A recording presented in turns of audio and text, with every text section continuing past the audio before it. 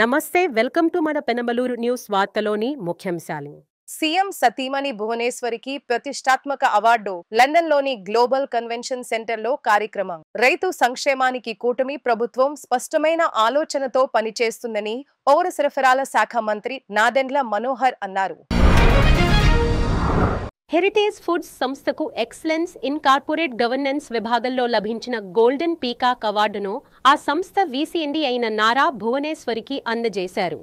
ముఖ్యమంత్రి చంద్రబాబు సతీమణి నారా భువనేశ్వరి ప్రతిష్టాత్మక డిస్టింగ్విష్డ్ ఫెలోషిప్ 2025 అందుకున్నారు. లండన్లోని గ్లోబల్ కన్వెన్షన్ సెంటర్లో జరిగిన కార్యక్రమంలో ఇన్స్టిట్యూట్ ఆఫ్ డైరెక్టర్స్ సంస్థ ప్రతినిధులు ఆమెకు ఈ పురస్కారాన్ని ప్రదానం చేశారు. ముఖ్యమంత్రి చంద్రబాబు ఈ కార్యక్రమంలో ప్రత్యేక అతిథిగా పాల్గొని ప్రసంగించారు. ప్రపంచాన్ని తీవ్రంగా ప్రభావితం చేస్తున్న వాతావరణ మార్పుల సమస్య పరిష్కారానికి దేశాలన్నీ అత్యవసరంగా పనిచేయాల్సిన సమయం ఆసన్నమైందని ముఖ్యమంత్రి చంద్రబాబు పిలుపునిచ్చారు. లండన్లోని గ్లోబల్ కన్వెన్షన్ సెంటర్లో ఇన్స్టిట్యూట్ ఆఫ్ డైరెక్టర్స్ సంస్థ నిర్వహించిన అవార్డుల ప్రదానోత్సవంలో పాల్గొన్న చంద్రబాబు భవిష్యత్తు తరాలకు మెరుగైన పరిస్థితులు కల్పించాల్సిన బాధ్యత అందరిపైన ఉందని తెలిపారు. I wish all the best for all of you.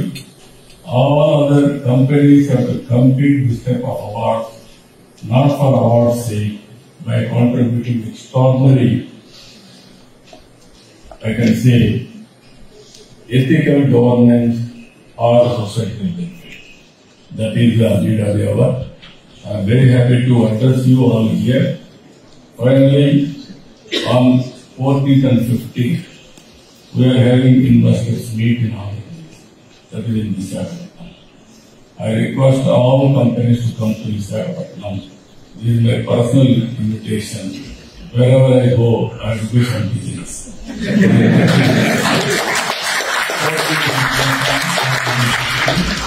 Saying is the belief, you can invest there. Your investment is 100%. I guarantee you, you will get good benefit out of it. Good returns. With this, IOD, I am very happy. Always, you are doing extraordinary work. Keep this work, it will go a long way. Not only for now you have crossed the boundaries. Amaravati NTR Bhavan నందు media సమావేశంలో మాజీ మంత్రివర్యులు కాల్వ శ్రీనివాసులు మాట్లాడుతూ faction అనే పదమే లేకుండా రాయలసీమలో అభివృద్ధి పరుగులు పెడుతుందన్నారు. ఆంధ్రప్రదేశ్ రాష్ట్రంలో చంద్రబాబు నాయుడు గారి నాయకత్వంలో కూటమి ప్రభుత్వం ఏర్పాటైన తర్వాత రాయలసీమకు ఉజ్వలమైన భవిష్యత్తు ఉంటుందనే నమ్మకం విశ్వాసం 4 జిల్లాల ప్రజల్లో ప్రబలంగా ఉంది. రాయలసీమ సమగ్రాభివృద్ధికి శతాబ్దాల రాయలసీమ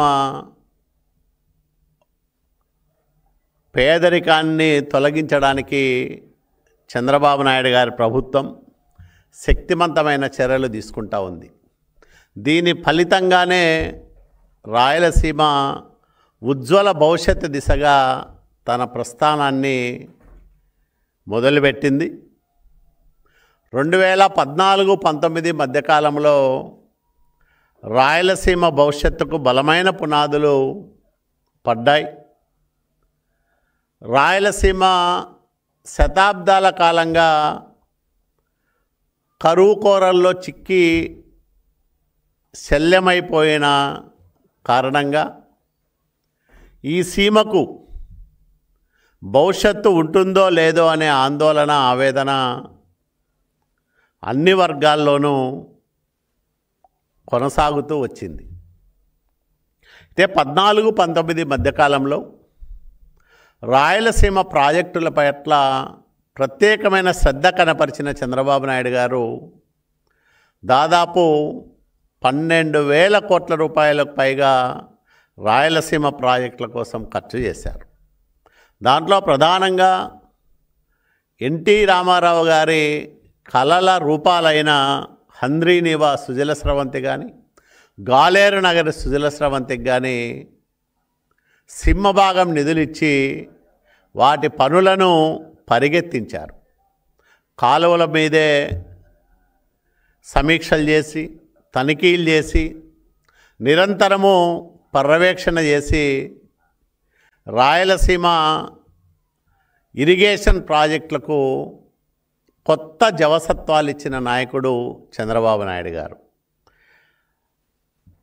నీళ్ళిస్తే పరిశ్రమ పెడతామని కియా యాజమాన్యం షరతు పెడితే ఏడాది తిరగకుండానే గొల్లపల్లి రిజర్వాయర్ను నిర్మించి వాళ్లకు ఒక భరోసా ఇచ్చి 13,000 కోట్ల రూపాయల పెట్టుబడులతో కియా పరిశ్రమ పెనుగొండ ప్రాంతంలో ఏర్పాటు కావడానికి కృషి చేసిన నాయకుడు చంద్రబాబు నాయుడు గారు. కియా రాకతో అనంతపురమే కాదు రాయలసీమ పారిశ్రామిక ముఖ చిత్రమే మారిపోయిందనడంలో ఎలాంటి సందేహము లేదు. తర్వాత 1924 మధ్యకాలంలో రాయలసీమ భవిష్యత్తు మళ్ళా అంధకార బంధురంగా మారింది. జగన్మోహన్ రెడ్డి రాయలసీమ పేరు చెప్పి రాయలసీమ బిడ్డనని నమ్మించి ఓట్లేయించుకొని రాయలసీమ భవిష్యత్తును సర్వనాశనం చేశాడు. మరి 1924 మధ్యకాలంలో రాయలసీమకి ఏం జరిగింది? కియా లాంటి పరిశ్రమను చంద్రబాబు నాయుడు గారు తీసుకొస్తే బెదిరింపులతో వాటికి అనుబంధంగా ఏర్పడాల్సిన చిన్న చిన్న పరిశ్రమలను కూడా తరిమి కొట్టిన నీచ చరిత్ర వైసీపీది కాదా అని నేను అడుగుతా ఉన్నా. అట్లాగే అనేక మంది పారిశ్రామికవేత్తలు 14-19 మధ్యకాలంలో పరిశ్రమలు పెట్టడానికి ఉత్సాహం చూపెట్టిన తర్వాత వచ్చిన వైసీపీ ప్రభుత్వంలో జగన్మోహన్ రెడ్డి ఆయన అనుచరగణం సాధింపులకు వేధింపులకు భయపడిపోయి ఎవరు కూడా రాయలసీమ వైపు రాష్ట్రం వైపు కన్నెత్తి చూసే పరిస్థితి కూడా లేకుండా పోయింది. పోనీ రాయలసీమ పరిశ్రమలను తీసుకురాకపోయినా మిగతా విషయాల్లో అభివృద్ధి చేశాడంటే అది లేదు. ముఖ్యంగా వ్యవసాయాన్ని బతికించే పండ్ల తోటలను ప్రోత్సహించే బిందు సేద్యం ప్రాజెక్టును పూర్తిగా నిలిపివేశాడు. డ్రిప్ సబ్సిడీ పూర్తిగా ఆపేశాడు. రైతుల గొంతు కోశాడు జగన్మోహన్ రెడ్డి. 5 సంవత్సరాల అరాచకమైన పరిపాలనలో అడుగడుగున అన్నదాతకు అన్యాయం చేయడంతో పాటు రాయలసీమ భవిష్యత్తును నాశనం చేసిన వ్యక్తి జగన్మోహన్ రెడ్డి. అవునా కాదా ఒకసారి ఆలోచన చేయమని నేను అడుగుతా ఉన్నా. రాష్ట్ర చరిత్రలో ఎన్నడూ లేని విధంగా ఖరీఫ్ సీజన్లో 51 లక్షల క్వింటాల ధాన్యాన్ని కొనుగోలు చేయడానికి ప్రభుత్వం సిద్ధంగా ఉందని మంత్రి నాదెండ్ల మనోహర్ తెలిపారు. పెనమలూరు నియోజకవర్గం తాడిగడప మున్సిపాలిటీ కానూరు పౌర సరఫరాల శాఖ కార్యాలయంలో విలేకరులతో సమావేశం నిర్వహించారు. ఈ సందర్భంగా మంత్రి నాదెండ్ల మనోహర్ మాట్లాడుతూ గత ఖరీఫ్ సీజన్లో 34 లక్షల క్వింటాలు ధాన్యం కొనుగోలు చేస్తే ఈ ఖరీఫ్ సీజన్లో మునుపు ఎన్నడూ ఏ ప్రభుత్వం చేయని విధంగా రైతుల వద్ద నుంచి 51 లక్షల క్వింటాలు ధాన్యాన్ని కొనుగోలు చేయడానికి సిద్ధంగా ఉన్నామన్నారు. అనేక సందర్భాల్లో మీరు గతంలో చూశారు ఏ విధంగా దళారులను ప్రోత్సహించి రైతాంగానికి నష్టం కలిగే విధంగా క్షేత్రస్థాయిలో ధాన్యం కొనుగోలు విషయంలో చివరికి ప్రభుత్వం పైన, ప్రభుత్వ అధికారుల పైన, ప్రభుత్వ వ్యవస్థ పైన నమ్మకం కోల్పోయే విధంగా రైతాంగం చాలా బాధాకరమైన సంఘటనలు ఎదురు చూశారు. ఆ పరిస్థితులు మార్చడానికి కోసం సాంకేతిక నిపుణులతోటి అనేక మంది పెద్దలతోటి సంప్రదించి రైతు సోదరులు, రైతు సంఘాలు వీళ్ళందరితో కూడా మాట్లాడి ఒక మార్పు తీసుకొద్దాం అనే ప్రయత్నం చాలా స్పష్టంగా మేము చేయడం జరిగింది. గత సంవత్సరం ఖరీఫ్ మాసంలో 34 లక్షల మెట్రిక్ టన్నుల ధాన్యం కొనుగోలు చేసినప్పుడు ఎక్కువగా మేము ఆ రోజు ఎదుర్కొన్న సమస్యలు అకాల వర్షాలు, క్షేత్రస్థాయిలో తేమ శాతం విషయంలో రైతులు కొన్ని సందర్భాల్లో పారదర్శకత లేకపోవడం అనే అంశంతో వాళ్ళు బాధపడుతుండేవారు. ఈ విషయాలన్నింటినీ కూడా మేము సమగ్రంగా ఆలోచించి ఈ ప్యాడీ ప్రొక్యూర్మెంట్ సీజన్కి, ఈ ధాన్యం కొనుగోలు ఖరీఫ్ మాసానికి అన్ని విధాలుగా సిద్ధమై కేంద్ర ప్రభుత్వంలోని ఫుడ్ కార్పొరేషన్ ఆఫ్ ఇండియా తోటి అక్కడున్న కేంద్ర ప్రభుత్వ ఉద్యోగులతో మాట్లాడి మన రాష్ట్ర రైతాంగానికి న్యాయం జరిగే విధంగా, మేలు జరిగే విధంగా, ఊహించని విధంగా ఈసారి మేము ఒక ఖరీఫ్ మాసానికే 51 లక్షల మెట్రిక్ టన్నుల టార్గెట్ తీసుకురావడం జరిగింది. ఇది రాష్ట్ర చరిత్రలో ఏనాడు కూడా జరగలేదు. ఒక ఖరీఫ్ మాసంలోనే 51 లక్షల మెట్రిక్ టన్నుల ధాన్యం కొనుగోలు చేయడానికి సుమారు 12,200 కోట్ల రూపాయల ధాన్యం కొనుగోలు చేయడానికి మేము సిద్ధమయ్యాం.